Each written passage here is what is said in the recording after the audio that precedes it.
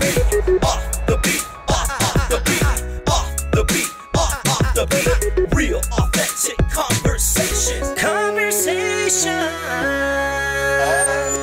Podcast. What's up, everyone, and welcome to Offbeat Podcast. Man, I'm your host, Jorge Ambris, and I'm right here with Aaron Ortega. Man, what's up, man? It's been a while since our last podcast episode, man, and we're so excited to have released that first episode, my Offbeat Story, and I want to just thank everyone, man, that tuned in, that has watched it via YouTube, via Spotify, via Apple. Man, thank you guys so much, and everyone on social media, thank you guys so much also for all the feedback, man. We had a lot of positive feedback, and that's why today I'm excited. Yeah. Are you excited, Aaron? Oh, I'm ready, bro. I'm ready. I'm excited, man, because today I get to interview my good friend, my good buddy, Aaron Ortega. What's man. Up? Bro, are you ready? I'm ready, dude. Let's go. Oh, man, dude, I'm excited, man. And so, yeah, and we just want to continue this series, our Offbeat Stories, and that way you guys can get to know who we are. Yeah, right? That's right. And at the same time, we get to have fun, man. Yeah, exactly, bro. So, but yeah, so today it's all about you, Aaron, and man, and we've known each other already for a good couple of years now. Yeah, I want to say, I was thinking about it the other day, and I think we met in, I believe it was in 2011. Yes, that was a long time ago. When you think about it, huh? Yeah, that's a long time ago. Yeah, 2000. I did not realize that. I did not realize that. Yeah, and I remember it was a time when they were doing like the it was like a prayer, like a citywide prayer thing. Okay, yeah. And I believe I know your dad was leading that around that time, and then that's when my pastor met your dad, and they hit it off, and we just, and then from there I met you, and since then, man, we've just kind of So, but today, man, we want to just hear about you. And so why don't you tell us, man, like where were you born? I was born in California, in Anaheim. Anaheim. Yeah, I was born there, and then I was raised here in San Bernardino County, over in the city of Grand Terrace.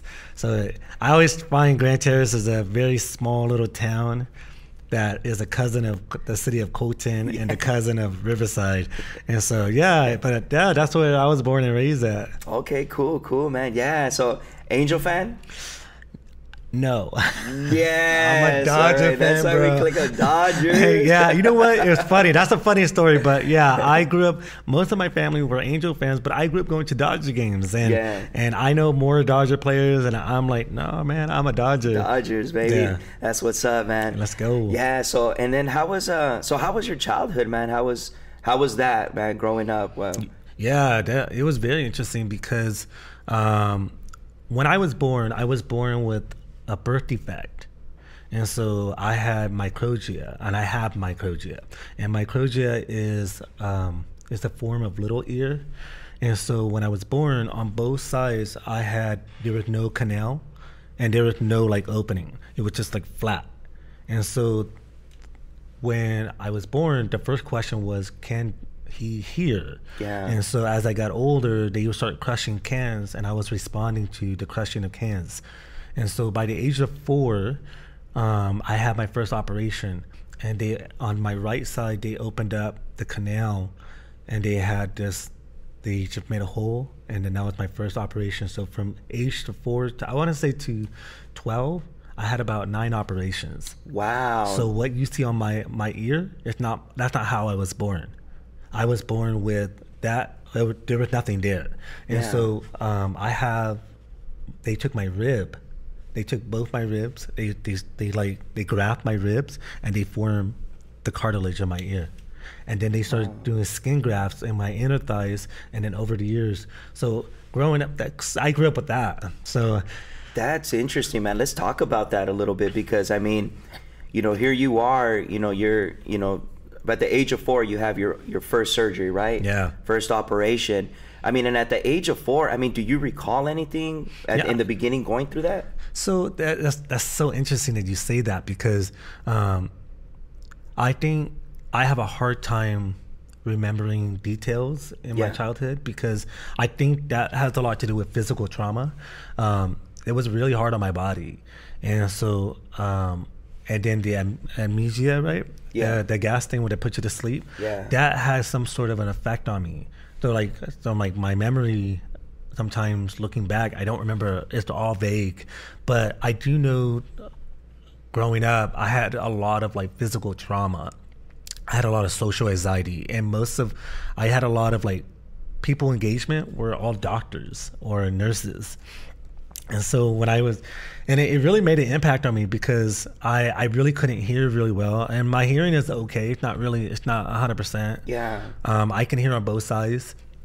But yeah, growing up, I had a lot of social cues that were not really quite developed. I had a speech impediment, and so I couldn't really speak very well. And my balance was off because of that part of my defect of being born. And so yeah, because they do say that a lot of the balance does come from your ears. From our ears. Yeah, and so the doctor growing up would say, okay, like playing football, that will be a big risk to his ribs, playing, or doing some sports, and he's not gonna have the good balance. And so I was pretty stubborn as a kid. So yeah, so that was me, and that was just me dealing with what I'm dealing with physically, but that's when I was born. I was born into a pastor home. My dad's a pastor, my mom's a pastor. All my life I see my mom as a manager because she was always a manager or a boss of something in the world that she comes in. And my dad's a pastor. So being a pastor's son, as you can imagine, I had a lot of eyes on me. But then now having this birth defect, I had a lot of eyes on me. But it was just two different kinds of spotlights. Yeah, and let me ask you, because I know you mentioned that because of the pain, the trauma, and because of the procedures that you went through, you couldn't really remember a lot. But when is it that you feel? At what age do you feel that you say, man, like there is something different about me, and you started to feel that pressure of the eyes, the spotlight on you? So I want to say about the age of 9 or 10. Yeah. And it's awful. Is it from like an experience or something? It's an awful experience. It's awful. Talk about it, man. Let's go. So I would go to this mall called Inland Center Mall here in San Bernardino. Yeah. Okay, so Inland Center Mall, there used to be a store called KB Store. KB Toy Store. Okay. Yeah, and it's like a toy store. I love it, and it was so much fun. Maybe this is not. It's just the parenting was different back then. And so I would go with my mom, and my mom would drop me off at the store, and she said, I'll be back, don't leave the store. Okay. So I used to go down every aisle and play with every toy I can get my hands on, and I'm just right there playing with like the army toys and anything, any action figure, I was there, And one time, this one experience, and it really kind of just impacted me really hard. I'm right here on the floor and I'm playing with the toys.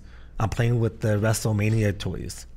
And I hear a kid say, ew, look. And I'm like, what's the ew? What is it? And his finger is pointing at me. And his other friends are right there. He goes, look at his ears. Look at his ears. He's like, oh my God, he's a monster. And I go, man. And I just remember just feeling that. I'm just like, and he was just like another child. He was just he was an older kid, and I just remember feeling, and I would never forget that feeling. It was just like I just melted. Something about me that I was happy about myself. It just like my happiness, everything I was at that kid, just left my body. Yeah, and that's crazy, man. Because I mean, it's interesting because I mean, when we hear different life stories, man, I think that one thing that we can all relate to is the power of an experience. Mm-hmm. The power of an experience, whether it's positive or whether it's negative, and the power of words, man. 100%. Because like you said, you were at that point, you thought, hey, man, I'm good. I'm happy with myself. Your parents probably were doing a great job, of sheltering that in a way, I guess you could say. I don't know if you want to call it sheltering, but I mean, they're good job of like, of feeding your self-esteem. And then it just takes, boom. Yeah. One experience. Yes, and my relationship with my parents. I have one older sister. She's 6 years older than me, and she's 6 years older. And in between those 6 years, my parents lost they had six miscarriages. Oh wow! And so I was the seventh child, and so like I remember growing up, and our parents were, me and my sister we are best friends with our parents. Like we have a very close family, and we would go to like this desert in California called Glamis. And Glamis, you guys are always there. Oh yeah, every winter we go and we ride our quads, and I was really good at it. Yeah, and that really like allowed me to just let everything out, and then in the summer we would go to like Nevada, and we would go to like boating, jet skis, water skiing, all that stuff. And so we had incredible experience growing up. Yeah. But when it came outside my family, I was just really shy. I was really, I had a lot of anxiety. I didn't know I had a lot of social anxiety. And to the point that I was sweating through my shirt. And then the idea of just talking to a girl was that was like a forbidden. There's no way, don't do that. Yeah that's wild, man, because when you're sharing this, man, it really does come out to it really does come off like, man, like because last episode I was able to share a little bit of my childhood, and then today you share your childhood. And even though our childhoods were completely different, but what you had to go through at a young age to already have those feelings, what I mean? Like, I can't imagine that, because the thing is that, you having to feel what you felt and the social anxiety that you went through, and not knowing that it was social anxiety at that time. I don't even think it was like a terminology back then. Yeah. And then also the feelings I had about myself, I had very low self-esteem. I actually believed that I was like ugly, a monster. And so like when I got to my adolescence, and like even like I remember liking girls, and I'd be like, man, that girl's so pretty, that girl, I like her, but there was always like a but. Like, you're not gonna grow up and get married. You're a monster, and if you have babies, you're gonna produce more monsters. Like if you have kids, that was always the first thing. I think by the age of like 14, 15, I realized I don't want to ever get married, and I don't ever want to be in a relationship, because I don't want to burden somebody else, and I know that no girl would ever want to marry me. Dude, that's crazy to already be at that age, and at the age of 14, right? You said that you were already thinking like that. That's crazy to think, man, because, I think that there's so many people out there that can identify with this type of story. Yeah. Because I think that, I know for instance, my son, and I think I've shared it with you, my son was actually, when he was born, he was born with one of his ear canals isn't fully open. Okay. And so, when that experience happened, as a parent, and that's what it's going to lead me to my next question. I know as a parent, I mean, it in a way, like it crushed me because of that, not so much because, my son, like I have to take care of him. Look how he's feel like born. You're responsible for that. Yeah, in a way, that problem you're the reason that his problem is this. Exactly. So, but also because, man, like, how cruel sometimes people could be. Oh, I got bullied hard. I got made fun of hard, and I got looks like, so I can't hear, but I everything, I read lips, I read body language. Yeah. I'm really good at that. And I've had people just stare at me. I hated to be around people. Yeah. And to the point where I even hated people in general. I dislike people. And growing up, as a pastor's son in church, I was also angry with the people in church, and I'm like, I don't know.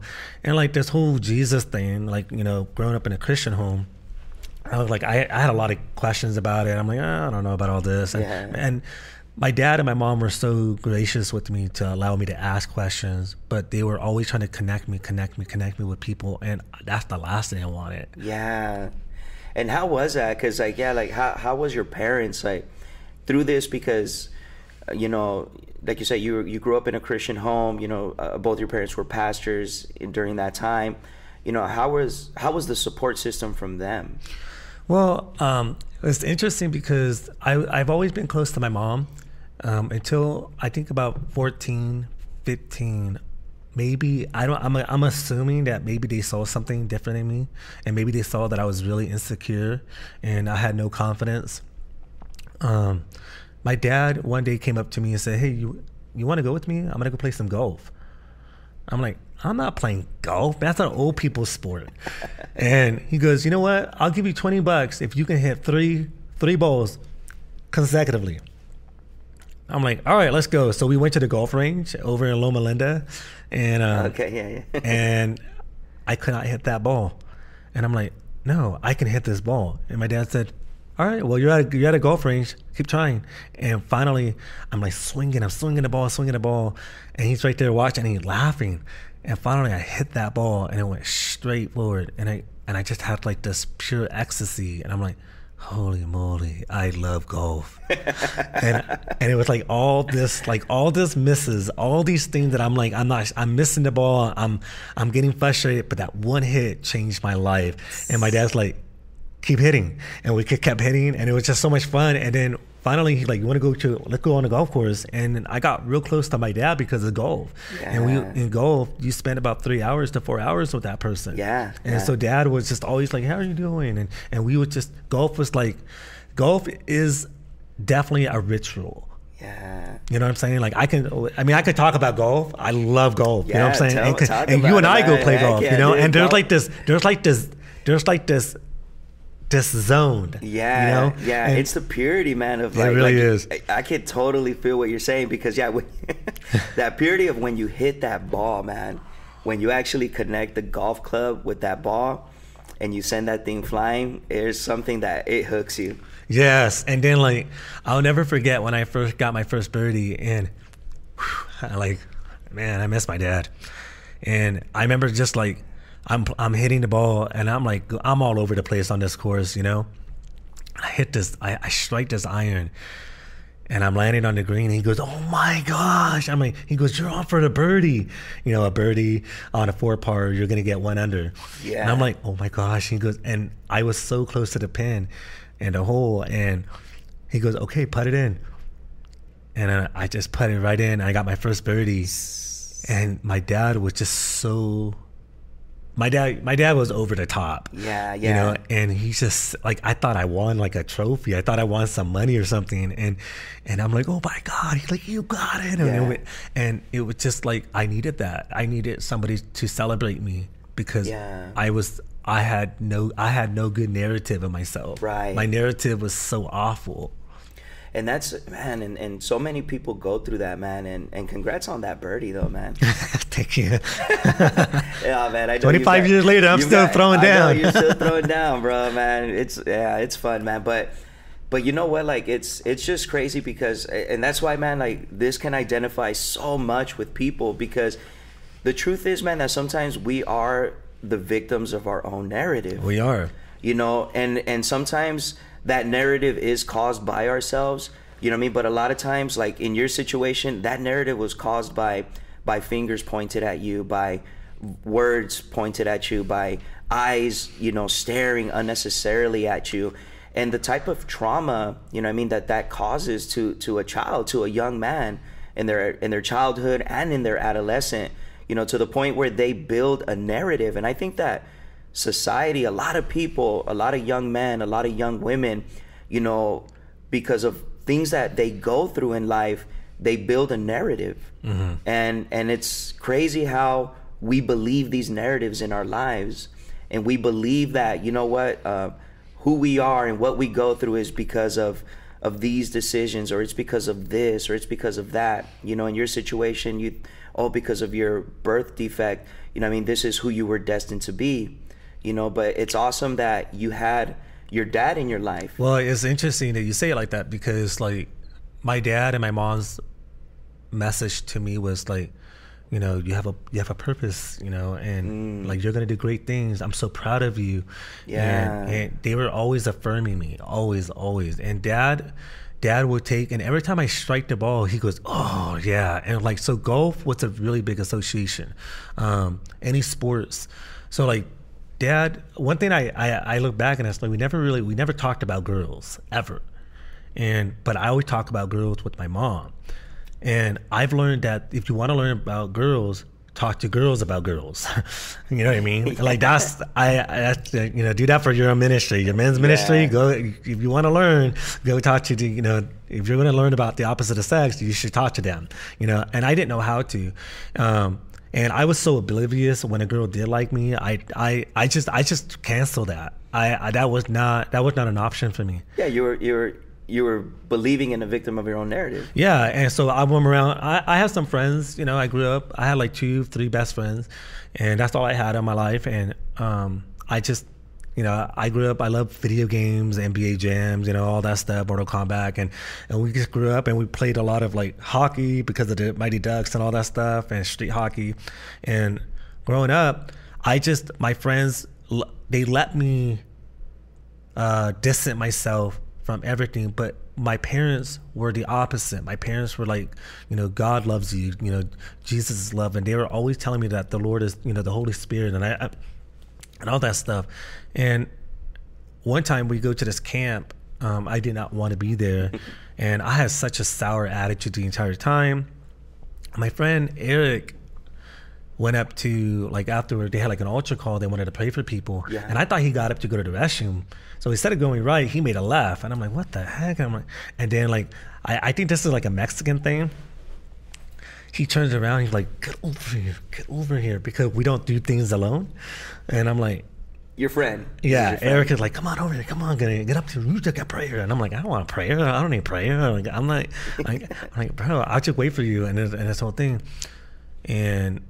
But like, Eric had an eye, like, he doesn't do this, but I'll never forget his face. He looked at me, and he was very upset that I wasn't going with him. And I'm like, all right, I'm like, fine, I'll get up. And I got up, and something happened. And I'm walking down the aisle, and I never made it. I never made it to Eric. I just broke down, and I started crying, and I don't know, I just got so overwhelmed. I don't know what happened. And the first person that came was one of my leaders who was dying for me to get up to go to this camp. His name was Nick Betton, and he got me and he hugged me, and I just could not stop crying. And he kept praying over me, and he kept saying, all these chains that are on you, all these things, and he just started just speaking this prayer of freedom over my life, and I never stopped crying. I woke up in my bed the next morning. I don't know. All I heard that Nick Betton carried me. I'm weeping. Wow. And he carried me back to a dorm where I was staying at. And I woke up the next day, and I can't. That moment changed my life. Like, I woke up. I was about 15 years old. 15 years old. That was in 1997 in June, and I woke up on the summer of June, on a Sunday morning, and I'm just like, something. I knew something was different. And I woke up and I felt like a feather flying.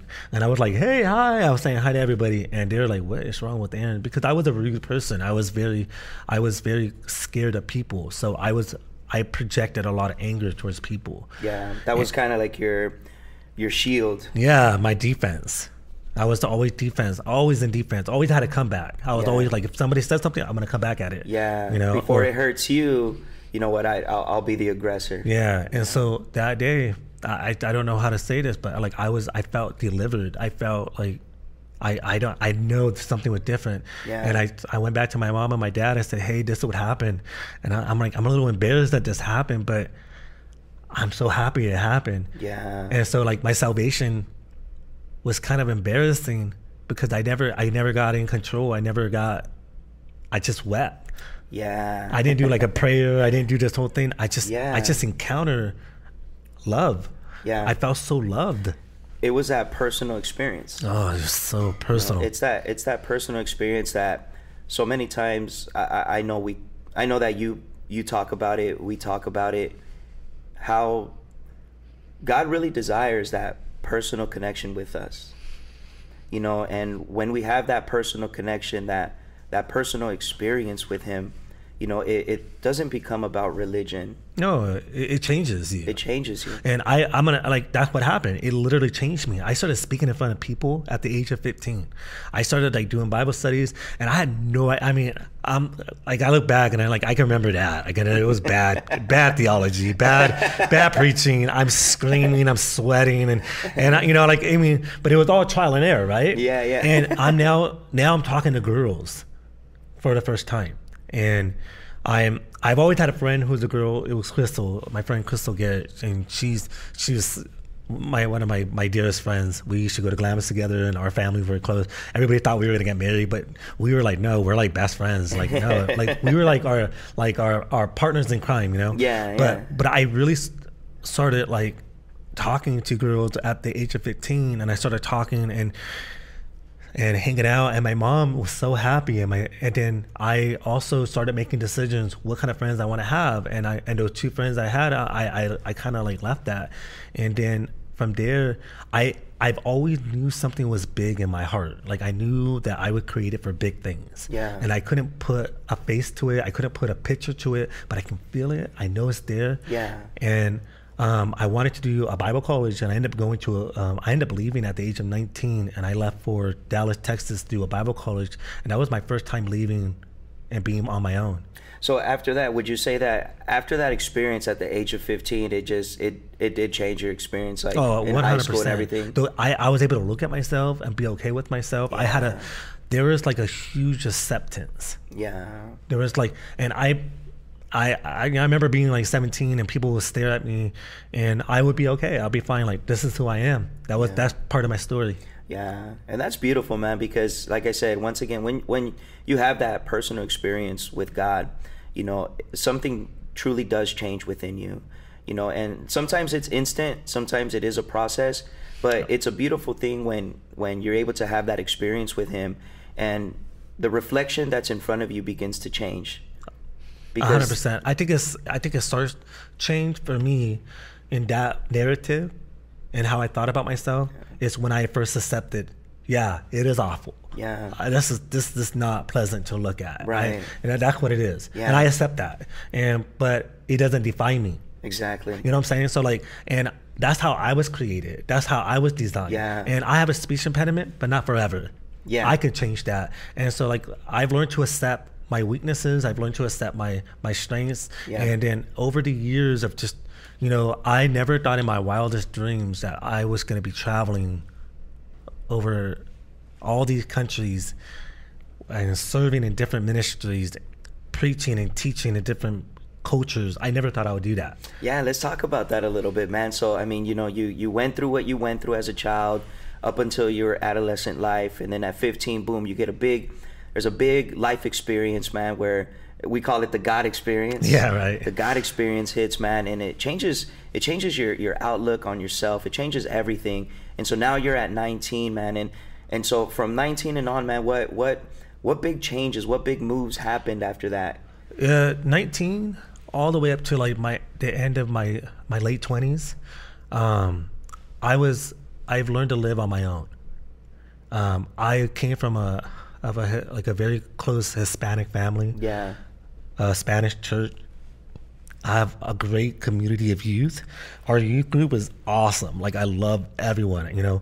But when I left, I like one of the girls, and it just didn't work out, and my heart was broken. And little did she know, she like set me up for success, because instead of going to this Bible college looking for a girl, I generally just looked for friends, and I just became friends with almost everybody. And I remember living in a dorm, and being on my own, and there's a lot of things I did not know. Like, for example, like, I didn't know how to do my own laundry. You know what I mean? Like, I'm like, how do you do that? Like, I don't know how to do this. Yeah. And I remember like, I didn't know who to ask, and the first person was a girl, and she's like, oh my God, she's like, all right, come on. And she walked into the dorm with me, and she's like, okay, she's like, I'm not doing your underwear. I'm like, I know that. I'm like, just my shirts, just help me with my shirts. And she's like, okay, I got the rest. I'll do the rest. And she's like, yeah, all right. So she taught me the basics, and I've learned to be a student of people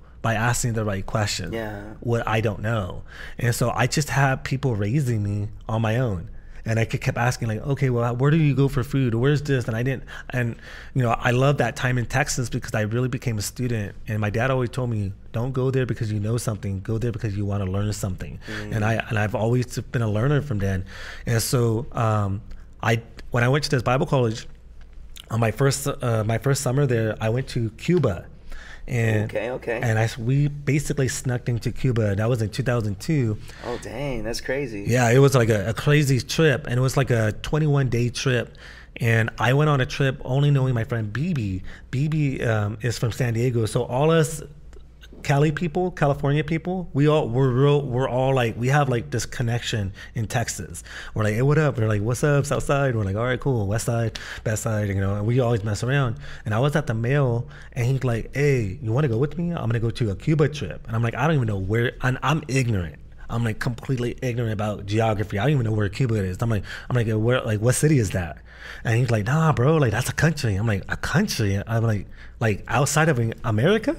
And he's like, yeah, bro. Like, he go, come on, let's go with me. And I'm like, so I checked it out, and on my way there, I got this vision on my walk, Costa Rica.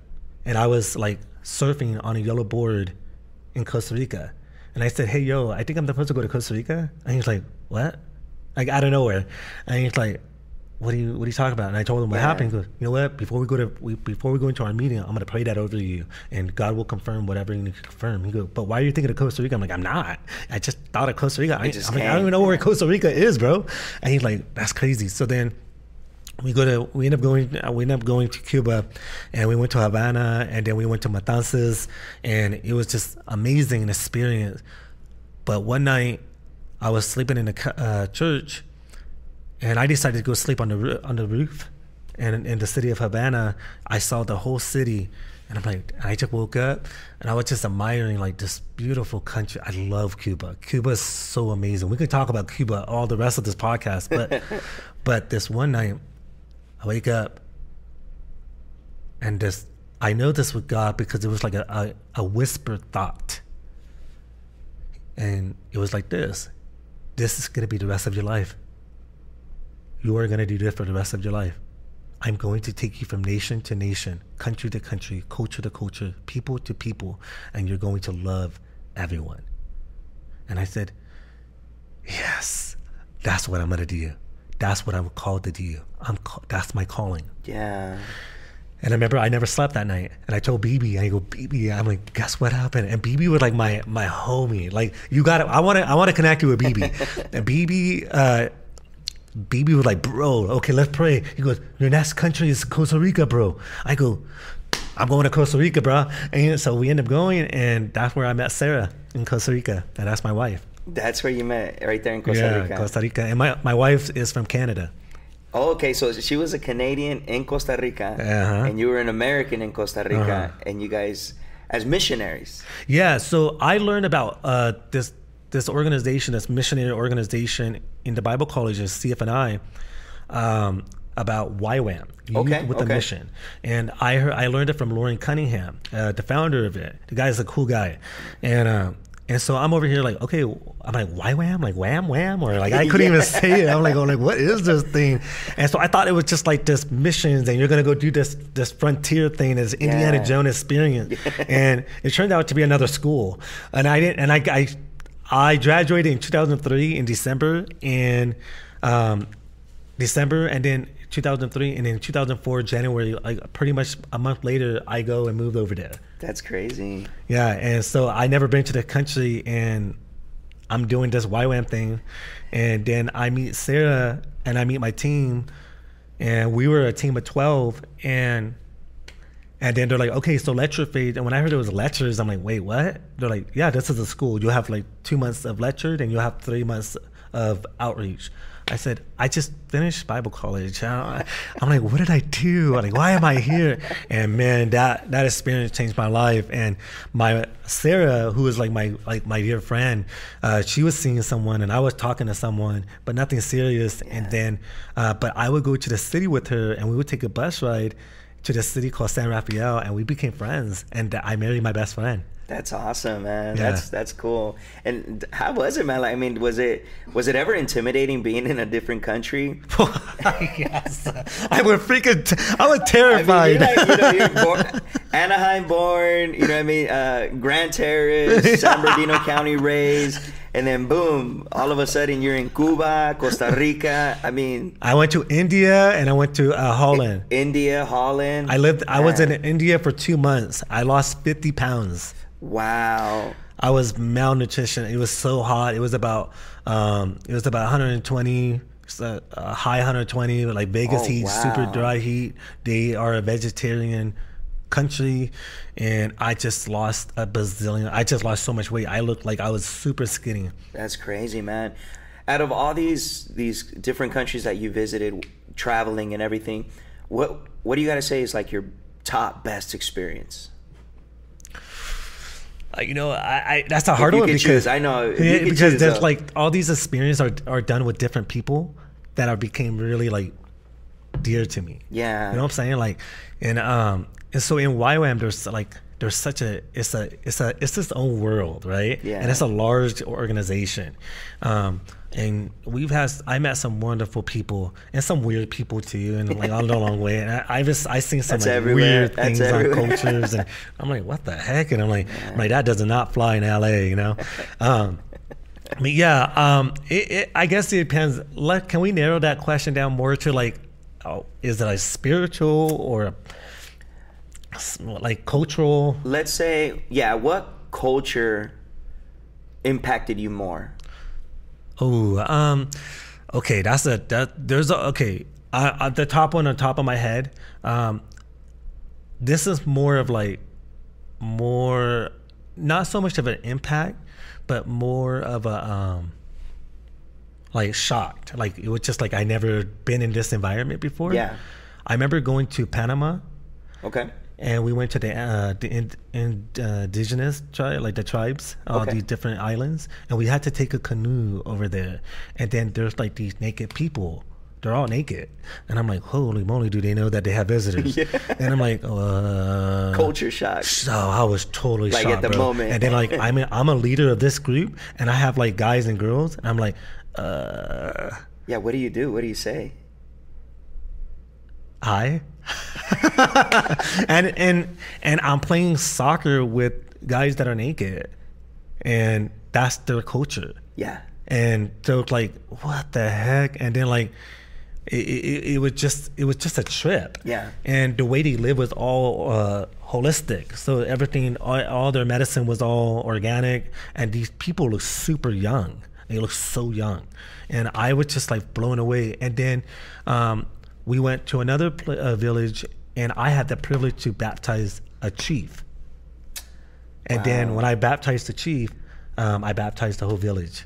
That's awesome, dude. Yeah, so that was that's a really awesome. incredible that's time. That's so cool though, man, that you're able to, and I love that you bring up that experience, because I think sometimes, man, like, you know, we and that's where sometimes we can get so caught up in just religion, you know, where we forget that there are different cultures in the 100%. World, and how do we win people over sometimes when, you know, when we get culture shock like that, you know, when things happen like that, where it's like, whoa, like this is not something I'm used to. Like, how do I use what I know in this situation? And like you said, you know, you just embraced it. Yeah, and the goal was not to clothe them. Exactly. That's so crazy, right? Or like our goal, our message is not. It's like here's Jesus. Now put on some clothes. It's clothing donations. Just throw it out. And it wasn't anything like that. Yeah. And that was an incredible experience. I've learned that gospel is. It hits different, and it should be hitting different in every nation. Yeah, you know, but it has that same love, and it has that same message, and the gospel I received and the narrative I had hit me different than it hit you. Yeah, you know, so that's one of many experiences, and you know, I think I've been over I think about 25 countries now. Wow, 25 countries, man. Favorite country? Oh, I don't know. I can't. I love Cuba, but I mean, I don't know. I can't name one. Yeah. That's almost like an offense. That's fair. That's fair. Yeah. I mean, 25 countries, man. That's awesome, man. Yeah, and I'm not done. That's I awesome. want to keep going. Yeah, that's awesome, man. And it's crazy. So you were able to, so you meet your wife over there in Costa Rica. Where'd you guys get married? Oh, good question. We got married over in, okay, well, this is kind of funny. We actually got married today on the 12th. Today's the 12th, right? Today? Yeah, it's the 12th. The 12th. We 12th? legally we're married on this day. Okay. But we didn't celebrate it as this day. 1 month in November, we had our ceremony in Canada, in Calgary. Gotcha. And so she's like, okay, let's get married. But our goal here, we were not going to live here, and we were not going to live in the United States, and we were not going to live in Canada. Yeah. We're going to move to Chile. And so we got married on November 12th, and that's our official day. That's crazy, man. Yeah, I just realized that happy anniversary. Today. So today was the legal day that you guys got married, and this was where in Costa Rica. No, we got married. Okay, so we were long distance relationship. She went back home to Canada. Okay, so she was already home in Canada. Yeah, she went back home. She became a nurse. She studied to be a nurse, and then I would go visit her. She'd come visit us, and then finally I just said, I can't do this anymore. I want to marry you. Yeah. And we both knew that God was calling us to the country Chile, and so I said, hey, let's get married. So we got married, and while the crazy thing is she did all of the wedding, and I was in Ecuador at the time for like about a month or two, and then I came home, got all my stuff, and we drove my Jeep all the way up to Canada, and we got married in November 12th, and we're going to be celebrating 17 years. That's awesome. 17 years of marriage, man. Yeah, and I known her for 18. That's awesome, dude. Congrats. That's awesome, dude. That's powerful testimony, even like, to our listeners, man. You know what I mean? That how you can meet someone and when the love is there, when the love is real, man, and when God is in the midst, Yeah, definitely. It was definitely natural. She understood me, I understood her. Yeah. Like we understood each other's language. And what's crazy is that we're like completely day and night opposite. Yeah. Our culture is completely different. Our foods are different. The way we sleep is different. Everything is completely different, and we're good. Yeah. We love it. I love her. That's awesome, bro. Heck yeah, man. Yeah. So tell me, so after all that, man, you guys get married, you guys move to Chile? Yeah, we moved to Chile, and then from there, it didn't really work out as we thought it was going to happen. And so, and this is where it kind of like, on my heart, I've always wanted to be a director or some sort of a teaching director. Yeah. And I wanted to work with Youth with a Mission, the organization, and take over a base. And I was really hoping that I would raise my family in Chile, but that was not the case. Yeah. We felt like we were supposed to come back to California.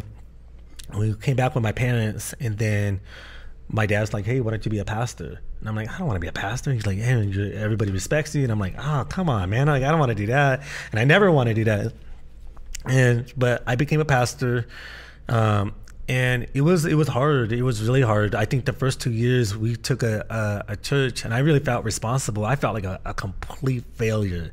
I think in 2009 we went from like 150 people to like 15 to 20 people consistently coming, and I'm like, I felt like a loser. My baby was Sarah's pregnant in 2009, and Talia was going to be born in November, and I'm just like, I feel like this 2009 was one of the most awful year and the most defeated time that I just felt like God called me to live with a javelin and kill the church.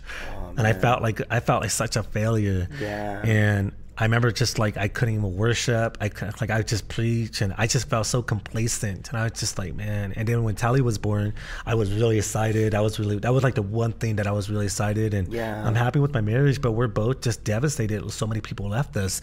And then one day somebody came up to me, and they're like, Pastor Aaron. And I'm in my head, I'm like, why are you calling me pastor? Like, stop calling me my name is Aaron Ortega. Don't call me pastor. I said it out loud. And I go, oh. And I go, oh. And she looked at me, Sister Rachel Cabrera, I love you.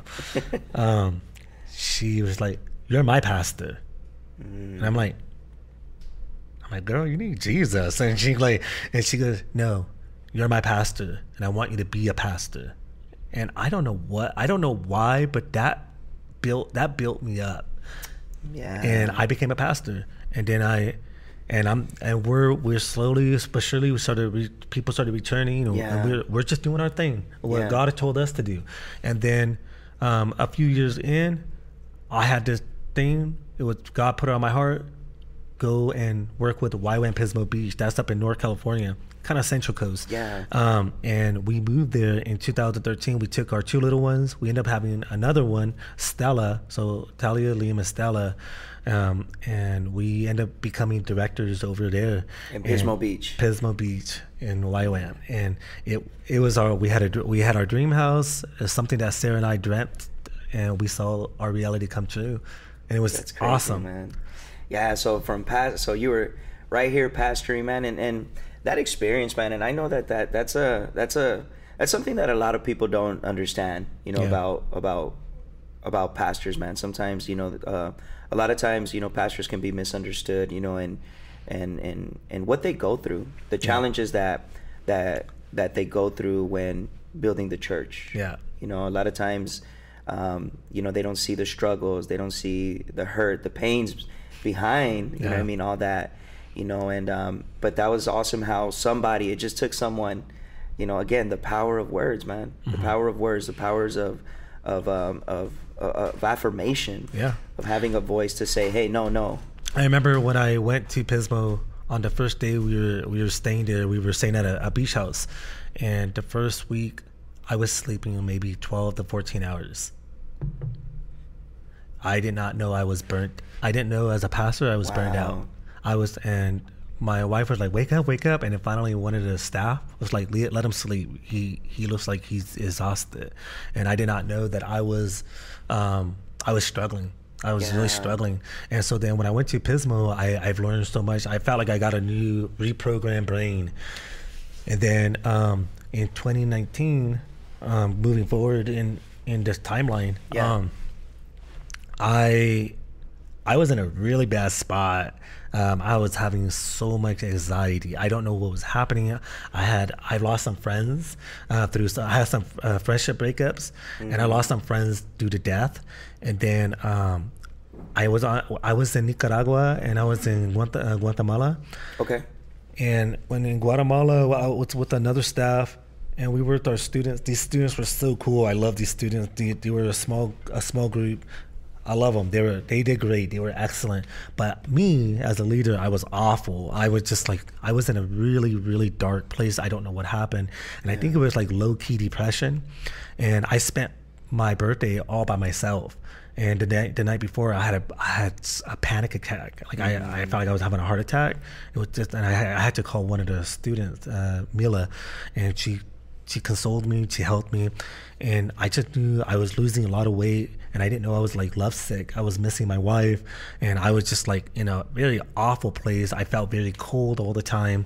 I get home, and the first thing my leadership told me and my wife, you guys got to take a sabbatical. So we take a sabbatical, and the sabbatical was to get revision your new base. Yeah. But in this way, I'm not in a good place, but I'm very happy. I'm with my wife. I'm starting to get my weight back. And then COVID hits, and the whole world goes on sabbatical. 2020. And we made it out in that country just in time. And I had the best year of my life. 2020 was like a revival for me. And I know that some people struggled in that year, but that was probably one of my most potent memory of my dad and my mom. And my parents were like, hey, let's go to Monterey and let's just like go places. And we're like, yeah, let's go. And I went golfing with my dad, and we went to the beach, and we were just like, and we just started seeing all these things. And then during that time, I told Sarah that I think we need to go back and pastor in San Bernardino. And she's like, okay, nothing's off the table. And I said, wait, what? I'm like, I really don't want to go back to San Bernardino, and I don't want to pastor, but I feel like I don't have any vision for YWAM Pismo. I don't have any vision to live here right now. Right. All my vision and everything. And I'm like, but do you see it? She's like, I see it. And my wife and I were partners. We're equal. And I like to know when God speaks to her, and she's like, I feel like the Lord is speaking to me too. Yeah. And I'm like, whoa. I'm like, oh my gosh. And I said, is this really happening? And so we went back on Father's Day, came down to San Bernardino. We told my mom and dad, and they were like so excited, overjoyed. And I'm like, awesome. And then December of 2020 came. My dad gets COVID. He goes into the hospital, and I talked to him one time, and I said, hey, well, how you doing? He's like, I'm doing all right. I'm like, well, your hair looks good. And he goes, yeah. I'm like, okay, well, Dad, hurry up, get out. That was my last conversation. And he died a week later after that. And so I came back. He died in January 6th. Came down, I saw him, I said my goodbyes. And then during that, in 2021, he died. That was an awful day for America. It was an awful day for me personally, losing my best friend. And then I'm moving, my house is packed, and I'm using my dad's truck, and I have to go get all my stuff. And I'm moving from my house to my parents' house just for a month. I have to get my kids online. I have to speak at my dad's memorial. I'm preaching on Sunday the next day and I just kept preaching, and that's how I became a pastor. And that's how my return. And I'm going through so much trauma, and my mom's upside down, my sister is upside down, my nephew and my niece, they're just like, you can see the ghost left our family. Yeah. And so like I can see that the church is devastated. And I said, what the heck? And I never in my life did I ever want to crawl in a hole. I wanted to be in a hole, and I was so terrified. And like I still look back, and it was like traumatizing for me, but I had to like hold my breath, suck it up, preach, minister to people, bury people, marry people. Life has to continue. Yeah. And I was just like, but I was so angry, and I was so sad, and I felt like a mashed potato. Yeah. So like, yeah, because you were grieving, but in your own way. I know I wasn't. I never looked at it until. When would you say that you actually started to say, man, you know what, I'm gonna grieve my dad? 1 year ago, and this is how I felt. I was so angry that my anger was turning to rage, and then my friend, one of my dear, like my brother, Andy, and his wife were like, hey, for your 40th birthday, and this was this year. Mm-hmm. We're gonna go to Mexico, Tulum, and we're gonna fly you out. I'm like, what? I'm like, no way. I'm like, oh my God. I'm like, yeah, let's go to Tulum. And Tulum was a vibe. It was so much fun, and we had so much fun. And they were like basically on their honeymoon, because they basically, yeah. But they're like lovebirds, and I'm like, I'm digging in. I'm like, cool, and I love it. I come back, and there's issues, and I had a meeting with my sister, my brother-in-law, and my mom, and it was me and my wife, and we go to the office at the church, and my wife is like, don't blow up, and I'm like, all right, yeah, fine, I'm good, and I blew up, and I took everything out on my mom. I still feel awful for this, but all my mom. Finally, I arrived 1 year later. Yeah, man, and that's tough, bro, because I mean, that transition, and I remember, I remember when everything happened, because Pastor Armando was a good dear friend, man, to us, to my family, and man, we loved him. Yeah, we love him. He was amazing. He was fun. He's amazing. He's the one that got us into golf, man. Yeah. And but I remember in that transition when you guys were going through all of that, man, and I don't think I could. It's unimaginable. I'm just gonna say that it's unimaginable, but you having to continue, because of the legacy he had left. Mm-hmm. There was a lot that he left, and he had left a loving church, a church that truly loved him and loved his family, loved you guys, loves you guys, and so. you took that responsibility, and I know that as a family, you guys took that responsibility, but I think that a lot of people can identify with that. Yeah. Maybe not the same exact situation, but the feelings, the experiences, and it's all dark, and it's like, and it's lonely. But I was able to be here because I was surrounded by a really good community of people in my church. Man, my church Talk about that, man. Talk about that. I would arrive and I wanted to go scream at the church, and there'll be somebody there, and they're like, "Hey!" And I saw my dad everywhere, and I found comfort every time I go to the church. I found comfort in seeing people. I have friends calling me up like, "Hey, how are you doing?" and like check in. Yeah. So when I blew up on my mom forgave me, and my mom is like, she had a crown on that moment. Yeah. She had a crown of wisdom, and she understood what happened. Right. And it doesn't make it right what I said to her, and it doesn't make it right how I treated my mom. I love my mom like she's my prize, my woman, my mom. But right away, I had to apologize to everybody. I had to like own up, but they all saw me in my filth. They all saw me in my grief. I was ruined, and I got a counselor. I got a grief counselor, and that changed my life. Yeah. I did not know that when I arrived to my grieving, I was so angry because I was waiting to have a conversation with my dad that I'm never gonna have. And that's why, like, when you and I talked,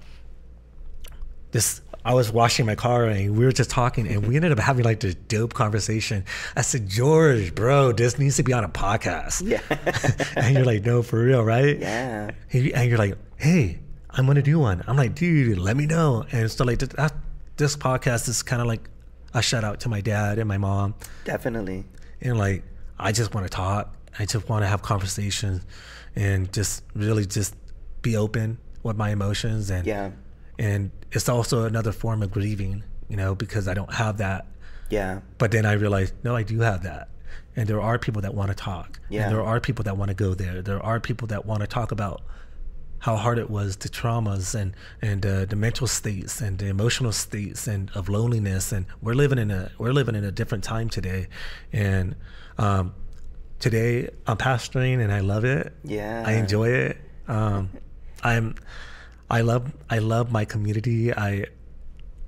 I'm enjoying it. Yeah, you guys have an awesome community, man. And I that's one thing I really do admire about your family, your dad and mom, and especially, man. And yeah, shout out to them, man, because they are amazing pastors. I know they help my wife and I, through some very dark times, and I'm forever indebted to them and grateful to them. And I'm so glad that we still have that friendship, that we're able to carry that friendship, and I'm still able to beat you in golf sometimes. Relax. Don't even start. With your sister and and Sergio and everyone, man. I'm super grateful, but what can you say, man, for people that are going through that, that are maybe, because 2020, like we mentioned earlier, it did affect a lot of people adversely, good and bad. But I know a lot of people, even to this day, that are going through maybe that process of grief. What would you say to them? Before I say that, I didn't tell you that I lost my dad in January 6th. A month before that, I lost my grandpa, his dad. Yeah. And then 2 months before that, I lost my uncles, my Uncle Ruben and my Uncle Junior. So I lost all that. Plus, I lost my best friend through a breakup, relationship and all that stuff. And then going through all that. And what I've learned and how to answer that now, grieve is never meant to be alone. Yeah. You cannot grieve alone. There's no such thing as grieving alone. Yeah. If you grieve alone, it's almost like the most selfish thing you can do. You have to grieve with one another. Yeah. And I think that's the whole calling of life. Yeah. Live together. Yeah. Live with one another, serve one another, love one another, cry with one another. Yeah.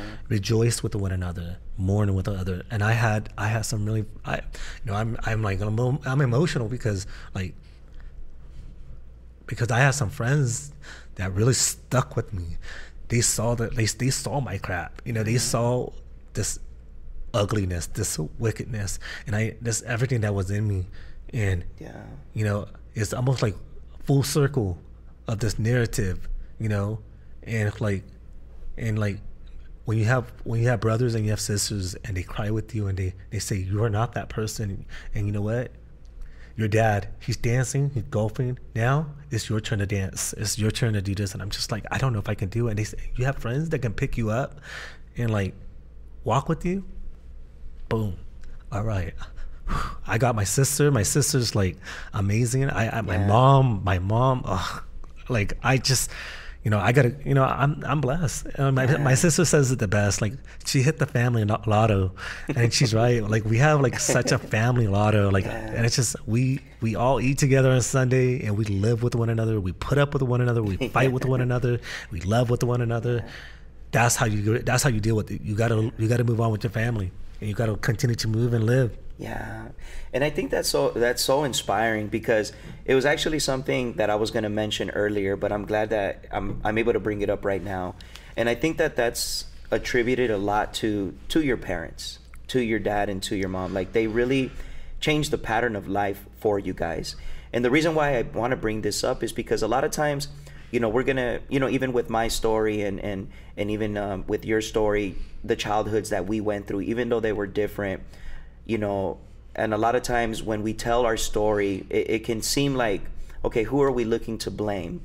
But it's not so much that we're looking for someone to blame why we are the way that we are, or why we went through what we went through. Because at the end of the day, we do make our own choices. But I guess the message behind this with what you're saying is that, man, you know what? That's why it's so amazing for us as parents, you know, and I think this is a lot for parents, and even for those that are looking to be parents, to really change the narrative in their own lives. Because you know, just like your parents, they were able to create a culture, a community. They were able to be that support system, that strong support system, where they breed it into you to say, no, you are special. You are somebody. We are proud of you. 100%. You know, the opposite of what maybe a lot of people get. But I believe that what we can learn is that, okay, we can identify all these things that maybe our parents missed, but how can we be better? Yeah. I think everything you just said, I think it has to start with accepting the negatives, accepting what has been done, accepting what it is, but it doesn't have to be. Yeah. And that's just accessorizing everything, you know, and I've learned that, okay, there's some things I can change, there's some things I can't change. And I can make 20 million today. I can make $20 million. That's not going to bring my dad back. Yeah. You know, any accomplishment I do, there's some circumstances that are not going to change. But I have $20 million. You know what I mean? Like, I have that, you know, and what am I going to do with it? And that's life. Life is your bank account. Life is how you use, not literally your bank account of money, but life is like kind of like, what are you spent? What are you going to spend it on? What are you going to use it on? What are you going to use your time on? And so you're still breathing. We're still in the land of living. Yeah. Keep living. Keep dreaming. Keep going. Yeah, definitely, man. Yeah, man. Thank you for this. I appreciate that's awesome, man. Like so many cool things, man, that your dad, you know what I mean, your dad did and how your dad was, man. And you know, and it's not an easy thing, you know, I know that what you guys went through as a family, it was not easy to grieve, you know what I mean? And I think you gave some awesome pointers for people that have gone through that or go through that. And then I think another thing too, man, is that, you know, there is no right way to grieve. No, just do it. Right? Just do it. Do it with somebody. That's it. That's all there's just, rather you just say everything in the book that you need to say, or rather you need to cry, or rather you just need to laugh hysterically. There's no right way to doing it. Yeah. So, and that's where I'm at, and I'm excited. That's my story. That's awesome, man. Thank you. Dude, so is there anything that you'd like to say, man, to someone that might have listened to your story today, and they might be aspiring, you know what I mean, to do something that you've done? Maybe they've had maybe they battle with low self-esteem, or maybe they are going through the grieving process, you know, with a lost loved one. or maybe, you know, they're you know, thinking about taking that next step, you know, where they feel God is calling them to the mission field, or they're calling them to that next big task, you know, but they're maybe in fear. What would you like to say to them? Yeah.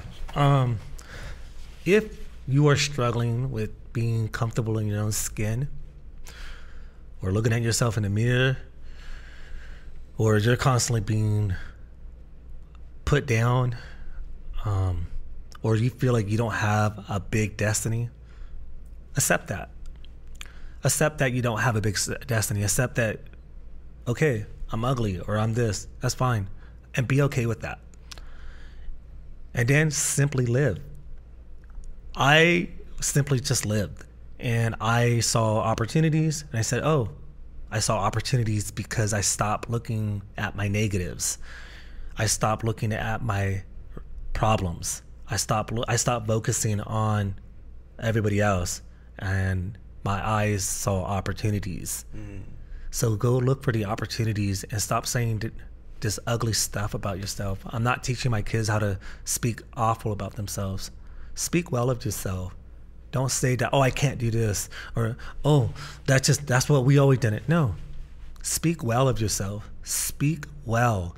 Look at yourself and love yourself. Love yourself so that you can be filled with this abundance love, and it can overflow to other people.